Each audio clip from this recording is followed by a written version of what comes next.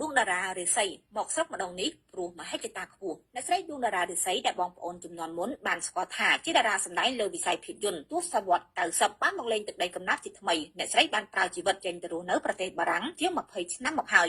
កាលបើមកជាតិមាតុភូមិលើកនេះអ្នកស្រីមិនមានគំនិតបោះបង់មហិច្ឆតាចោលទោះកលៈទេសៈណាមកទល់នឹងពេលនេះអ្នកស្រីដួងតារារិស័យបានសម្រាកលើដីកំណើតប្រមាណអាទិត្យមកហើយអ្នកស្រីបានសម្ដែងនៅភាពខ្លាំងពេលមកឃើញស្រុកទេម្ដងទៀតជាមួយនឹងរូបភាពល្អដែលរំលេចឡើងអំឡុងពេលមកដល់ភ្លាមអ្នកស្រីមិនបោះបង់ជើងហោះហើរមកលេងស្រុកឡើយបើទោះអ្នកស្រីមើលឃើញថាស្រុកទេមានបញ្ហាព្រំដែនជាមួយនឹងពួកសៀមទោះជាមានមិត្តភក្តិខ្លះគេមិនហ៊ានមកក៏រូបអ្នកស្រីត្រូវតែមកព្រោះជាទឹកដីយើងកន្លែងមិនខ្លាចចោលព្រោះជាទឹកដីកន្លែងយើងមិនខ្លាចមិនចោលអតីតតារាទឹកភ្នែកនិងជាមិត្តរួមចំនួនជាមួយនឹងអ្នកស្រីច័ន្ទតារាទីបានឲ្យដឹងថាមកលើកនេះនៅក្នុងអារម្មណ៍ស្រឡាញ់ជាតិហើយកាន់តែឈឺចិត្តពេលគេរំលោភបំពានអ្នកស្រីឃើញរូបភាពកាលសង្គ្រាមដែលយំអាណិតប្រទេសយើងហើយមានតែបែបបន់ទេវតាជួយថែរក្សាជាតិនិងកងទ័ពមោះមុតយើងការមកលេងលើកនេះសួរសុខទុក្ខបងប្អូនលោកឪពុកព្រមជាមួយនឹងការដើរកម្សាន្តតាមខេត្តជាទូទៅអ្នកស្រីខំធ្វើការនៅឯបារាំងដោយសេះសល់លុយកាក់ខ្លះគឺមកលេងស្រុកកំណើត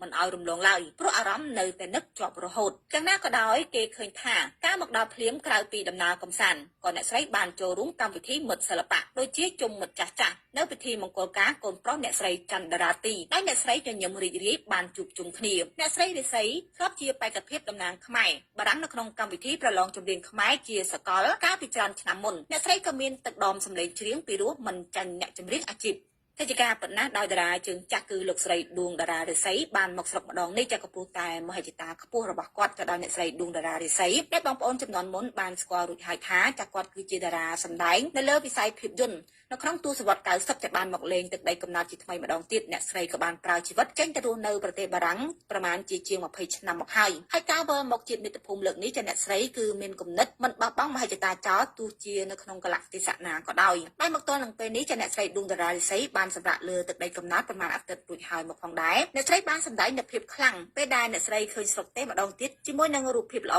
ដែលរំលេចឡើងអំឡុងពេលដែលមកដល់ភ្លាមអ្នកស្រីក៏មិនបោះបង់ជើងហោះហើរមកលេងស្រុកឡើយបើទោះជាអ្នកស្រីមើលឃើញថាស្រុកទេមានបញ្ហាព្រំដែនជាមួយនឹងពួកសៀមក៏ដោយទោះជាមានមិត្តខ្លះគេមិនហ៊ានមកក៏រូបអ្នកស្រីត្រូវតែមកឲ្យបានចំពោះជាទឹកដីនិងជាកន្លែងយើងគឺមិនអាចចោលនោះទេការមកដល់ភ្លាមក្រៅពីដំណើរកម្សាន្តអ្នកស្រីក៏បានចូលរួមនៅកម្មវិធីមិត្តសិល្បៈដូចជាជុំមិត្តចាស់នៅក្នុងពិធីមង្គលការកូនប្រុសអ្នកស្រីច័ន្ទតារាទីដោយអ្នកស្រីញញឹមនិងរីករាយដែលបានជួបជុំគ្នាហើយអ្នកស្រីរិស័យធ្លាប់ជាបេក្ខភាពតំណាងខ្មែរបារាំងនៅក្នុងកម្មវិធីប្រឡងចម្រៀងខ្មែរជាសកលកាលពីច្រើនឆ្នាំមុនផងដែរ